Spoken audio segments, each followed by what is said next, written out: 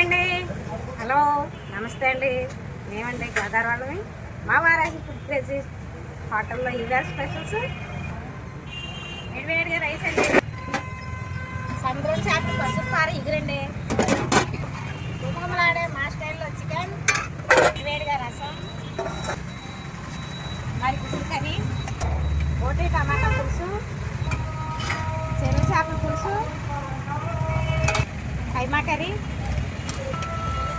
రైలు దుంపల curry, mutton curry, కోడి పలావ్ అండి. ఇవండి మా హోటల్లో మీ శ్రీకాకుళం మా స్పెషల్స్ అండి.